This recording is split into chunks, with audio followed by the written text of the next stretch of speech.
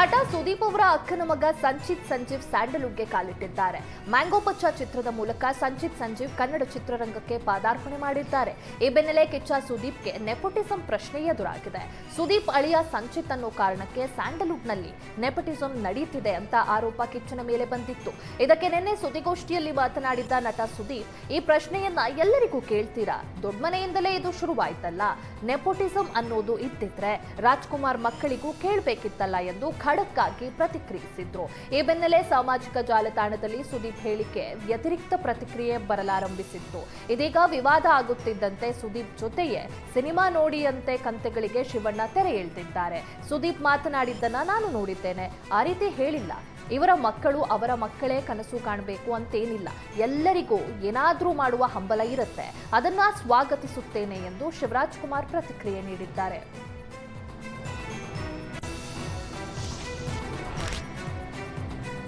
ರಾಜ್ಯಸಭೆ ಮತ್ತು ವಿಧಾನ ಪರಿಷತ್ತಿನ ಚುನಾವಣೆಗೆ ಬಿಜೆಪಿ ಕೊನೆಯ ಕ್ಷಣದಲ್ಲಿ ತನ್ನ ಅಭ್ಯರ್ಥಿಗಳನ್ನು ಪ್ರಕಟಿಸಿದ್ದು, ಮಾಜಿ ಪ್ರಧಾನಿ ಹಾಗೂ ಜೆಡಿಎಸ್ ರಾಷ್ಟ್ರೀಯ ಅಧ್ಯಕ್ಷ ಎಚ್.ಡಿ. ದೇವೇಗೌಡ ಅವರನ್ನ ಮತ್ತೊಂದು ಅವಧಿಗೆ ರಾಜ್ಯಸಭಾ ಸದಸ್ಯರನ್ನಾಗಿ ಮುಂದುವರೆಸುವ ಪ್ರಸ್ತಾಪಕ್ಕೆ ಬ್ರೇಕ್ ಬಿದ್ದಿದೆ. ಹುಬ್ಬಳ್ಳಿಯ ಪ್ರೊಫೆಸರ್ ಎಂ ನಾಗರಾಜ್ಗೆ ಬಿಜೆಪಿ ಮಣೆ ಹಾಕಿದೆ. ಮತ್ತೆ ರಾಜ್ಯಸಭೆಗೆ ಆಯ್ಕೆ ನಿರೀಕ್ಷೆಯಲ್ಲಿದ್ದ ದೇವೇಗೌಡರಿಗೆ ನಿರಾಸೆಯಾಗಿದೆ. ಸುಮಲತಾ ಹಾಗೂ ಸದಾನಂದ ಗೌಡಗೂ ಬಿಜೆಪಿ ಟಿಕೆಟ್ ತಪ್ಪಿದೆ.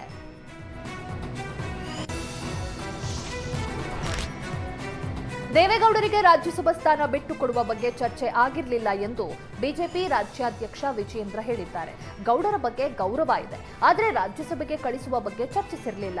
ರಾಜ್ಯಸಭೆಗೆ ಸುಮಲತಾ ಅಂಬರೀಶ್ ಅವರನ್ನ ಕಳಿಸಲು ಚರ್ಚಿಸಲಾಗಿತ್ತು. ಸುಮಲತಾ ಅವರು ಕುಮಾರಸ್ವಾಮಿ ಅವರಿಗೆ ತಮ್ಮ ಕ್ಷೇತ್ರ ತ್ಯಾಗ ಮಾಡಿದ್ರು. ಸುಮಲತಾ ಅವರಿಗೆ ಮುಂದೆ ಒಳ್ಳೆ ಸ್ಥಾನ ನೀಡುವ ನಿರೀಕ್ಷೆ ಇದೆ ಎಂದು ವಿಜಯೇಂದ್ರ ಹೇಳಿದರು.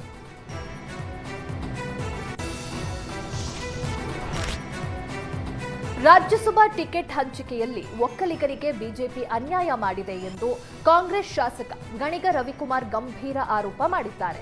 ಬಿಜೆಪಿ ರಾಜ್ಯಸಭೆಗೆ ಸುಮಲತಾ ಹಾಗೂ ದೇವೇಗೌಡರನ್ನ ಪರಿಗಣಿಸದೆ ಒಕ್ಕಲಿಗರಿಗೆ ಅನ್ಯಾಯ ಮಾಡಿದೆ. ಜೆಡಿಎಸ್ ಅವರು ಎಚ್ಚೆತ್ತುಕೊಳ್ಳದಿದ್ರೆ ರಾಜಕೀಯವಾಗಿ ಸರ್ವನಾಶ ಮಾಡ್ತಾರೆ. ದೇವೇಗೌಡರಿಗೆ ರಾಜ್ಯಸಭಾ ಟಿಕೆಟ್ ಕೊಡ್ತಿದ್ದದ್ದು ನನಗೂ ವೈಯಕ್ತಿಕವಾಗಿ ಬೇಸರವಾಗಿದೆ. ದೇವೇಗೌಡರ ಮೇಲೆ ಮೋದಿ ತೋರಿಸುವ ಪ್ರೀತಿ ನಾಟಕ, ಅದು ಕೇವಲ ಕೆಮರಾಗೆ ಕೊಡುವ ಪೋಸ್. ಮಂಡ್ಯಕ್ಕೆ ಚಪ್ಪಡಿ ಕಲ್ಲು ಎಳೆದಿದ್ದಾರೆ.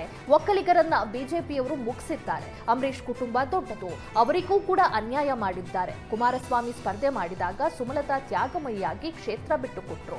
ಅಂತವರಿಗೆ ಬಿಜೆಪಿ ಅನ್ಯಾಯ ಮಾಡಿರೋದು ಖಂಡನೀಯ ಎಂದು ವಾಗ್ದಾಳಿ ನಡೆಸಿದ್ರು.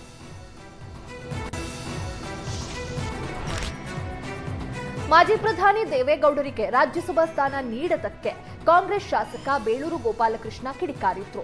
ಬಿಜೆಪಿ ನಾಯಕರು ದೇವೇಗೌಡರಿಗೆ ಅನ್ಯಾಯ ಮಾಡಿದ್ದಾರೆ.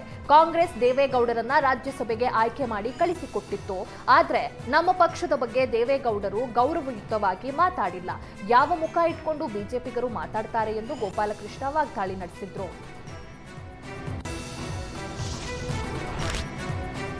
ವಿಧಾನ ಪರಿಷತ್ಗೆ ಬಿಜೆಪಿ ಅಭ್ಯರ್ಥಿಗಳನ್ನ ಘೋಷಿಸಿದೆ.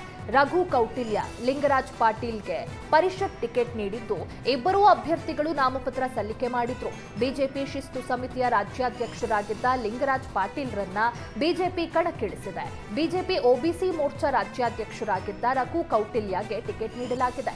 ಸಂಘಟನಾ ಶಕ್ತಿ, ನಿಷ್ಠೆ ಪರಿಗಣಿಸಿ ಇಬ್ಬರಿಗೂ ಮೇಲ್ಮನೆ ಟಿಕೆಟ್ ನೀಡಲಾಗಿದೆ. ಈ ಬಗ್ಗೆ ಮಾತನಾಡಿದ ಲಿಂಗರಾಜ್ ಪಾಟೀಲ್, ಕಾರ್ಯಕರ್ತರಿಗೆ ಅವಕಾಶ ನೀಡಿದೆ ಎಂದು ಸಂತಸ ವ್ಯಕ್ತಪಡಿಸಿದ್ರು.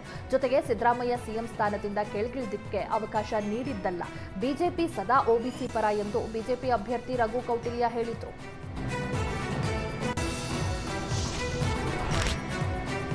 ವಿಧಾನ ಪರಿಷತ್ ಚುನಾವಣೆಗೆ ಜೆಡಿಎಸ್ ಬಿಗ್ ಟ್ವಿಸ್ಟ್ ಕೊಟ್ಟಿದೆ. ಶಾಸಕರ ಕೊರತೆ ಇದ್ದರೂ ಪರಿಷತ್ ಅಖಾಡಕ್ಕೆ ಜೆಡಿಎಸ್ ಅಭ್ಯರ್ಥಿಯನ್ನ ಕಣಕ್ಕಿಳಿಸಿದೆ. ಜೆಡಿಎಸ್ ಅಭ್ಯರ್ಥಿಯಾಗಿ ಗೋವಿಂದ ರಾಜ್ ಅವರನ್ನ ಕಣಕ್ಕಿಳಿಸಿದೆ. 18 ಶಾಸಕರ ಬಲ ನೆಚ್ಚಿಕೊಂಡು ನಾಮಪತ್ರ ಸಲ್ಲಿಸಿದೆ. ಪರಿಷತ್ ಚುನಾವಣೆಯಲ್ಲಿ ಒಂದು ಅಭ್ಯರ್ಥಿ ಗೆಲುವಿಗೆ 30 ಮತ ಬೇಕು. ಕಾಂಗ್ರೆಸ್ 5ನೇ ಅಭ್ಯರ್ಥಿ ತಂತ್ರಕ್ಕೆ ದಳಪತಿಗಳ ಪ್ರತಿತಂತ್ರ ಹೂಡಿದ್ದಾರೆ. ಈ ಬಗ್ಗೆ ಜೆಡಿಎಸ್ ಅಭ್ಯರ್ಥಿ ಗೋವಿಂದರಾಜು ಪ್ರತಿಕ್ರಿಯಿಸಿದ್ದು, ಕಾಂಗ್ರೆಸ್ ಶಾಸಕರಿಗೆ ಆತ್ಮಸಾಕ್ಷಿ ಮತ ನೀಡಲು ಕೇಳ್ತೇನೆ. ಡಿಕೆಶಿ ಭೇಟಿಯಾಗಿ ಸ್ಥಾನ ಬಿಟ್ಟುಕೊಡಲು ಕೇಳಿಕೊಳ್ತೇವೆ ಎಂದು ಹೇಳಿದ್ದಾರೆ.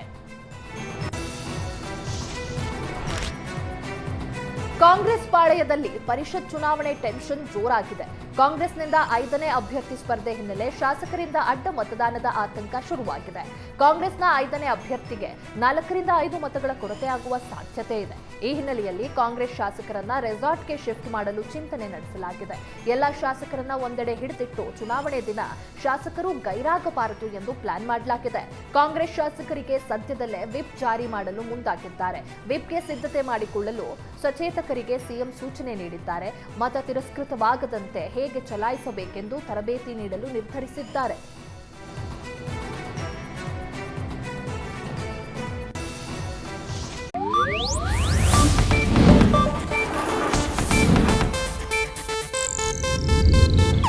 ಇದು ಏಷ್ಯಾನೆಟ್ ನ್ಯೂಸ್ ನೆಟ್ವರ್ಕ್ ಪ್ರಸ್ತುತಿ.